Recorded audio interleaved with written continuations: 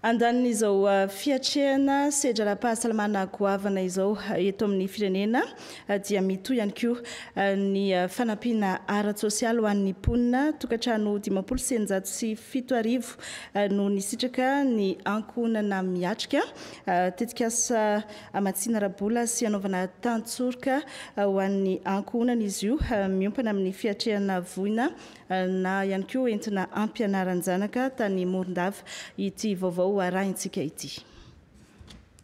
Santarina eto Morondava mandritra ny 2 andro dia ny 7 sy ny 9 ny volana aprily ny fizarana ny ankohonana miatrika izay ezaka ataon'ny fitondram-panjakana amin'ny alalan'ny ministeran'ny mponina ka ny fidy no manatanteraka izany eny fotony. 507 ny tokantrano misitraka izany. Vatsy Arabola tantsorika ho an'ny olona sahirana izy io ao anatiny 5 volana. Le izy moa zany totosa no ny fiaraha-miasa miaraka tamin'ny fidy zany izay napetraka zany hitantana sy hizaran'le vola amin'ny vahoaka. Aorian'ny fahazahoana vola dia izy ny fidinana ifoto no fanaraha-maso izay ataony fidy.